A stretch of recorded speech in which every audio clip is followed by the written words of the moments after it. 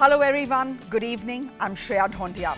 So many of you right now watching this broadcast are dealing with a medical infrastructure that has completely crumbled under the weight of the pandemic and lethargy of the powers that be. Many of you have friends and family who, as we speak, are making desperate calls for ICU beds.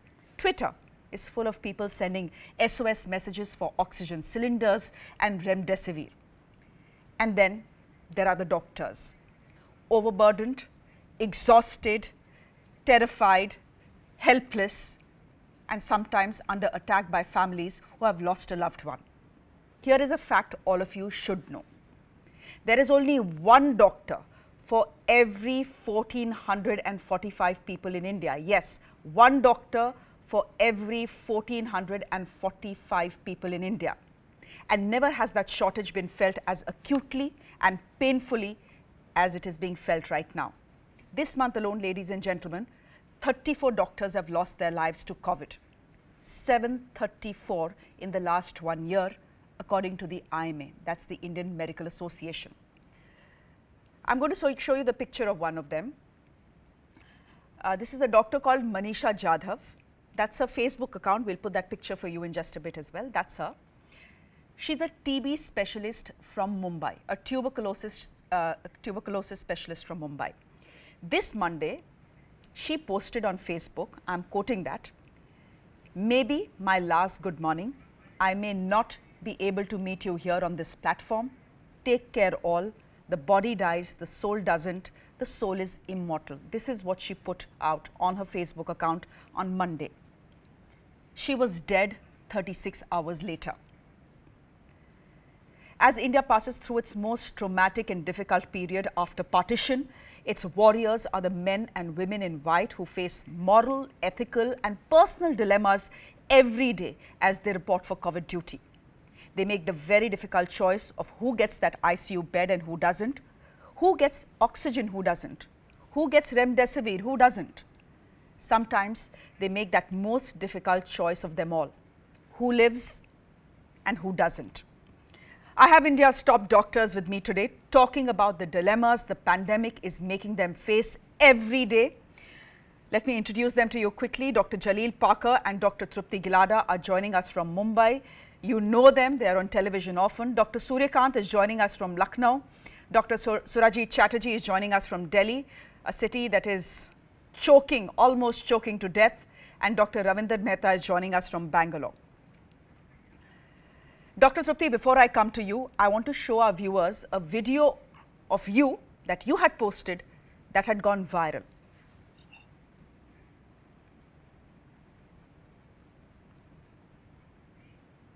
अब है और धीरे-धीरे बहुत सारे शहरों की और बहुत सारे स्टेट्स इवन टाउन्स की हालत ख़राब होते जा रही है। बॉम्बे की हालत तो इतनी ख़राब है कि हमारे हॉस्पिटल्स में आईसीयू बेड्स वेटिंग पे है, पेशेंट्स के लिए बेड्स नहीं हैं। It's a very very helpless, यानी मुझे इतना हेल्पलेस और लाचार कभी फ़ील नहीं हुआ है। We have to literally manage patients at home with oxygen, and this is not something we are enjoying. That video, of course, is a longer video, but I just wanted to give you the sense of frustration that Dr. Trupti Gilada was feeling on that particular day. Dr. Gilada, what pushed you to this breakdown? I think this is something that we're all experiencing day in, day out while we battle with our patients for life and death in the ICU. All of us receive frantic calls from relatives, friends, begging for a bed, begging for oxygen, begging for medications. And all that we often have to tell them is, I'll try, and we often know that we will not be able to help them. And it's not common for a doctor to say, I will help you and not be able to help, and it's never happened that our helping has been limited by resources as basic as oxygen, as basic as a hospital bed. And I think that's a feeling all doctors or all people who work in the hospital are experiencing, and it's not something that we are used to and we never want to experience it again. It just goes to show the enormity of this problem that we are in, which could have been so totally avoidable. And you got a lot of backlash also, Dr. Trupti, after that video went viral. I was surprised. Were you surprised with this backlash? Here you were trying to Yeah, do you your know, best, telling people what doctors are going through, and what you got was a lot of negativity. yeah, I mean, so this video was recorded actually for a very close circle of family and friends, and obviously it probably struck some chords with everyone and therefore was forwarded and got viral. But I received calls and messages saying that it's not right for a doctor to cry and break down. You're not giving the right morale to your people. Are you depressed? Are doctors getting depressed? And it's like, no, doctors have emotions. They are humans. When we lose a patient, it's not that we don't feel bad at all. It's just that we've learned to cover up our emotions and move on to the next patient, move on to saving the next life. It does not mean that we don't have emotions. We come back to our families with the same fear that people go back home after their work. Are we taking back this infection to our parents, to our grandparents? And we've done this for this entire 1 year, so much so that we've just got used to that feeling now. We've just stopped thinking about that fear at all. Dr. Parker, you are someone who is, of course, way, way senior than Trupti. Trupti is a young doctor. You have seen many more deaths than her. You have seen many more diseases than her. What is your dilemma? Your personal dilemma, your professional dilemma, your ethical dilemma, and what's your big fear right now? See, my personal dilemma is multifold. Number one is that we have gone through hell. It's more than a year. We are still going through hell. We have to satisfy our mental status. We have reached that stage that we have to go in every day to the same place, see the people suffering, see deaths, trying to explain to the relatives, trying to explain to the patient gasping, pleading to give him oxygen, pleading to keep him alive. That's number one. Number two, our dilemma is for how long is this going to continue? Number three is whether we are going to get the medications on time or not, and which is getting worse by the day. It's not improving. I can understand when in the first phase, where COVID-19 was new, nobody knew anything, including ourselves. We went through a phase where we didn't know what to do. There were limitations. Every day there was a variation in the modality of treatment. Every day there was a variation in the test to be performed. Every day there was a variation in the diktats of the health authorities, whether they are central government, the Maharashtra government, the municipal authorities, etc. So everybody was confused, but everybody was trying their best. I don't deny that. Then the modality of treatments, they kept on wavering and changing time after time, days after days, sometimes after a week, sometimes after 2 weeks. So we didn't have answers to be given, which the patients and the relatives used to ask us, what were the answers? Because the literature also was doing flip-flop again and again, again and again. We had to go back and forth to what was happening in the Western world and what was happening over here right now. My concern is that, of course, the first wave is over. We thought that we had won the battle. We became a little complacent about it. And though we knew that the second wave was going to come, little did we realize that it would be humongous, much more than the first wave. Though the criticality initially was less, the elderly patients were getting involved in the first wave were more, but now we have the younger generation coming into. Okay. But at the same time, there was shortage of oxygen, there was shortage of remdesivir, there was shortage of tocilizumab. My concern is, what is a doctor supposed to do? What is a nurse supposed to do when a patient comes to us and we don't have oxygen, or we don't have remdesivir, or we don't have tocilizumab, whatever the medication I agree with you. would be? What is the answer we would give? And the wrath of the patient and the relatives, and to such an extent that we were to be blamed for everything, and questions that were being pointed out was towards us, because we didn't want to get into the involvement of who has failed where. Okay. Yeah. For us as treating physicians, it's very important that we need to treat, we need to save lives. Correct. And that is a dilemma which is still going on in the minds of the people. The last but not the least is that at what price are we giving this back to humanity? Are we supposed to take the brunt of everybody? The relatives, the patients, people who sit behind closed doors on WhatsApp, the doctors, the Googleshwar doctors, the WhatsApp. I mean, who all's brunt are we supposed to take? Is it our fault? Is it my hospital's fault? No, I don't think so. It's not my hospital's fault. It's not a They are doctor's trying their fault. best. Yeah. We have let you Neither. down. The country has let you down. The country's planners have let you down. There are people in places of position who needed to make decisions, the right decisions at the right time. Those decisions were not taken. The doctors are not to blame. They are to blame. Dr. Chatterjee, does this make you angry? What what Dr. Parker is saying so calmly, when I'm hearing him, it's making me angry. Does it make you angry that you have to make the decision about who gets to live and who doesn't almost every day? The way we have been trained, that we were trained to save lives, we have to take a decision as to whom to. Dr. Parker was right, that we have to take a decision as to how much of oxygen is to be given to which patient, how to rationalize the oxygen, which patient is more important for us, who is important for the community, who is important for the family. This type of decisions we were not trained to do so. We were always trained to serve everybody at an equal level. That's what we were taught to do so. Now with this oxygen shortage happening, the bed shortage happening, where we are in real dilemma. And you must have seen what happened yesterday to our hospital. One of the relatives almost vandalized the hospital yesterday. We were not expecting that. We were working 18 hours a day. We are working 20 hours a day. We are not sleeping. And then obviously with no fault of ours, because we could not provide a bed, or we could not really provide the essential thing, that after even doing the emergency treatment, we obviously could not provide a bed. All these things happened. We are not expecting, we are really working hard. We are not sleeping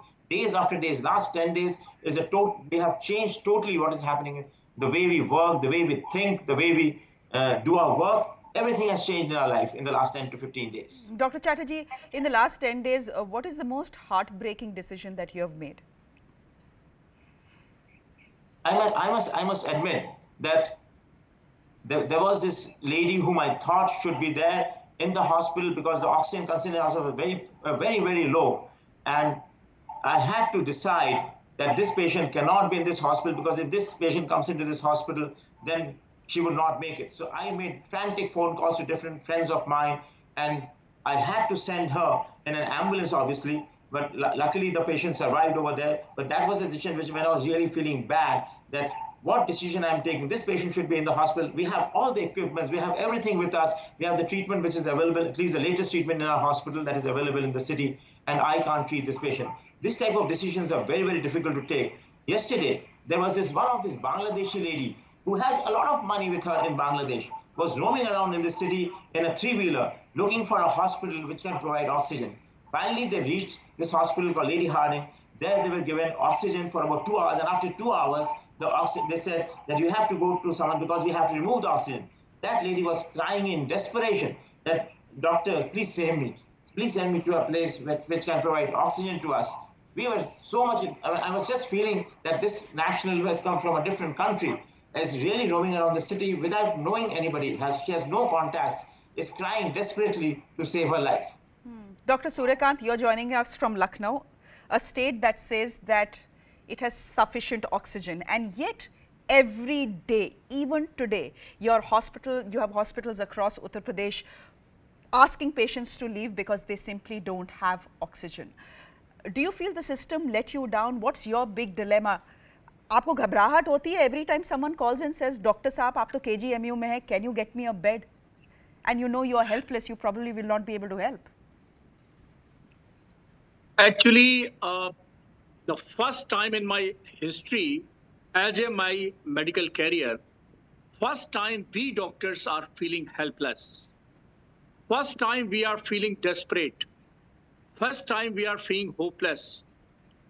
In the last 1 year, we have acquired a lot of knowledge about COVID infection, pathogenesis, treatment strategy, and so many things.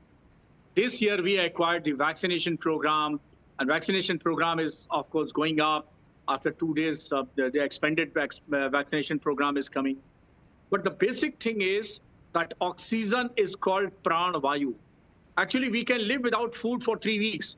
We can live without water for 3 days, but we cannot live without oxygen for 3 minutes. The problem is this, that we are fighting this war with the crunch of the oxygen, which is the main treatment. Actually, remdesivir is the not game changer. Any Jumab, maybe any, of course, new drug or whatever you call, tocilizumab or any Jumab, it's not a game changer. The only game changer is the oxygen, and which is we are facing a lot of crunch. Every evening, we are breathless. We are holding our breath. What will happen this night if the tanker is not coming, if the oxygen is not coming? King George Medical University is catering now 750 COVID patients. We are the committed COVID hospital, and all are serious patients. Some are requiring more than 20 liters of oxygen per minute. Some are requiring more than 60 liters of oxygen per minute. Most of them, they are on ventilators, non-invasive ventilator, high flow oxygen. Can you imagine what kind of tension, what kind of apprehension we are facing? So this kind of scenario we have never faced in our medical, of course, career. But this is a pandemic. We have to work. We have to work with passion. We have to, and we are trying hard.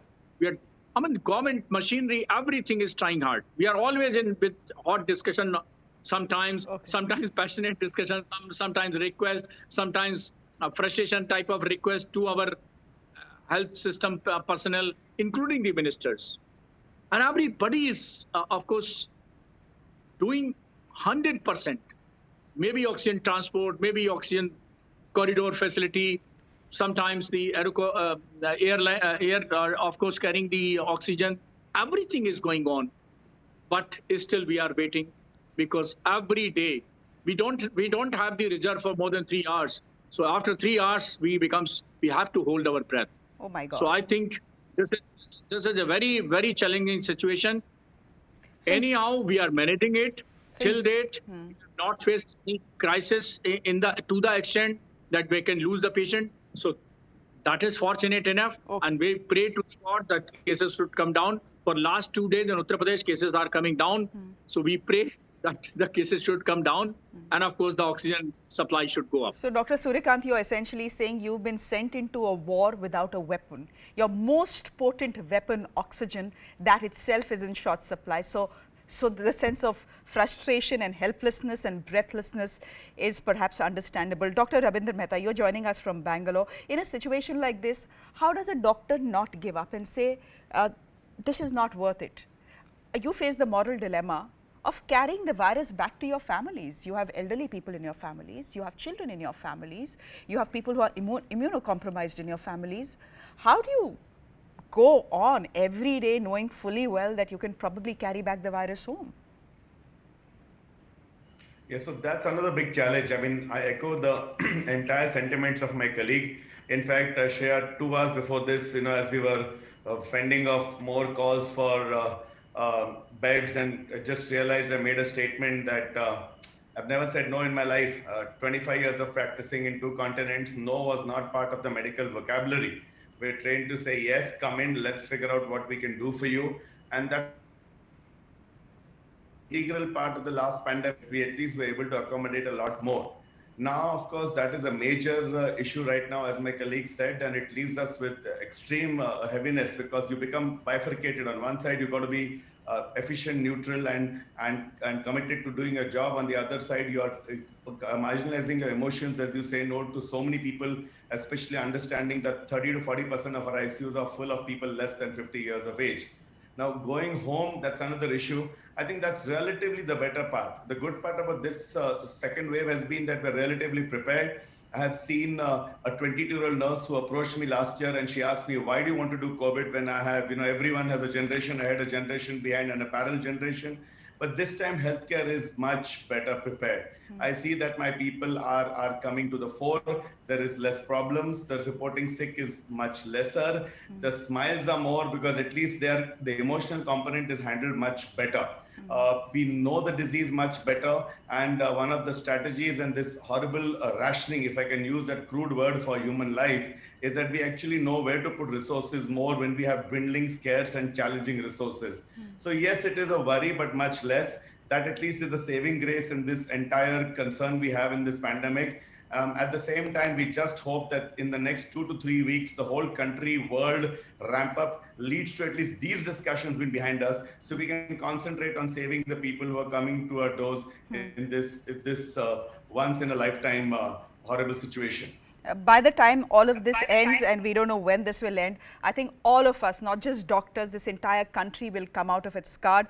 Thank you very much. I'm going to thank Dr. Gilada, Dr. Parker, Dr. Chatterjee, Dr. Suryakant and Dr. Ravinder Mehta for joining us. Just wanted to hear from all you doctors about what you are going through and the dilemmas you're facing. Thank you very much for joining us.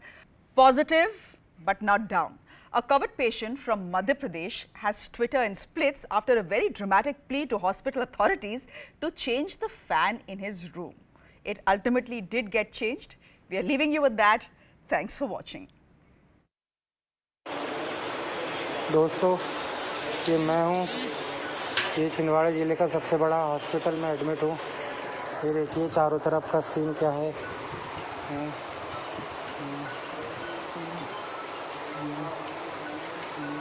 सब अपने अपने काम में व्यस्त है और ये मेरे बेड के जस्ट ऊपर में एक विदेशी पंखा लगा है, जिसे देख देख के डर लग रहा है।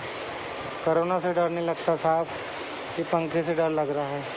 आप स्वयं देखिए।